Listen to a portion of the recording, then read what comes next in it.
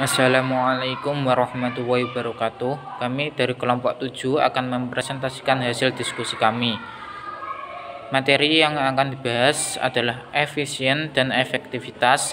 Anggota dari kelompok 7 yang pertama Hubib Miftahul Amin NIM 2020610072. Yang kedua Nur Rizka Afrelia Sari NIM 2020610084. Yang ketiga Almaidan Nurul Hasanah NIM 2020610099. Pembahasan yang akan dibahas yang pertama, apa pengertian dan perbedaan dari efisien dan efektivitas.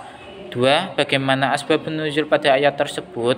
3. Apa terjemahan ayat tersebut secara keseluruhan dan masing-masing ayat.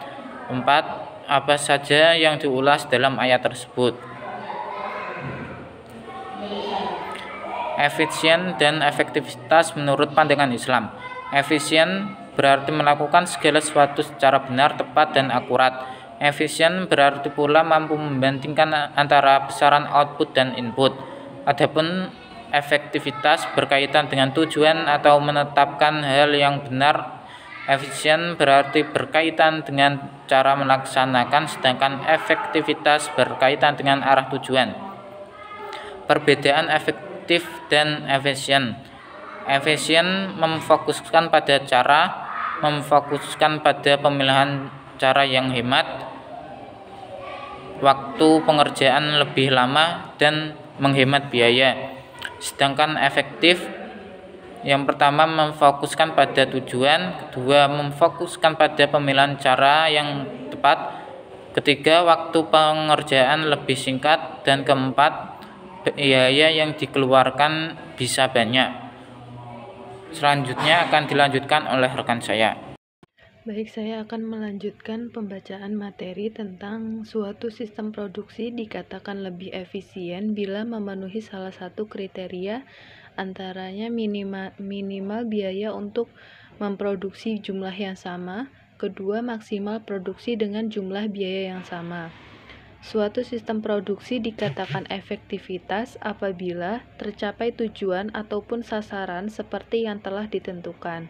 Contoh satunya, seseorang yang membeli tas mewah juga ori tetapi barangnya second dan murah. Yang kedua, seseorang yang membeli tas mewah tapi barangnya KW atau tiruan juga harga mahal dikarenakan baru. Sedangkan contoh yang kedua, penjual mie dengan penggunaan bahan pengawet dijual dengan harga murah. Sedangkan yang kedua, penjual mie tanpa bahan pengawet tetapi dijual dengan harga standar.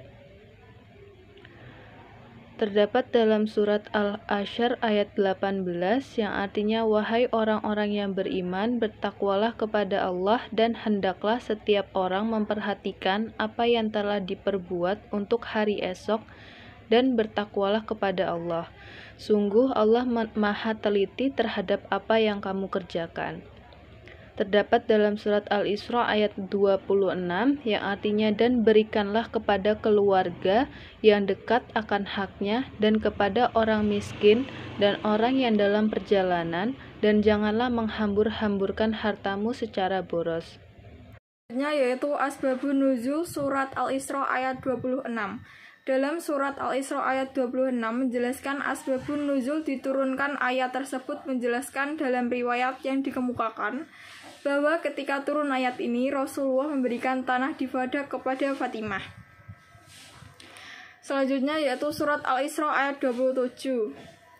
Innal mubaddari kanu ihwana sayatini wa kanu syaitanu lirabbihi kafura. Artinya, sesungguhnya para pemboros adalah saudara-saudara setan, dengan setan terhadap Tuhannya adalah ingkar. Asbabun Nuzul surat Al-Isra ayat 27. Asbabun Nuzul surat Al-Isra ayat 27 yaitu ayat ini diturunkan oleh Allah Subhanahu wa Ta'ala dalam rangka menjelaskan perbuatan orang-orang jahiliyah. Telah jadi kebiasaan orang-orang Arab menumpuk harta yang mereka peroleh dari harta rampasan perang, perampokan-perampokan, dan penyamunan. Kemudian harta itu mereka pergunakan untuk foya-foya, untuk dapat kemasyhuran.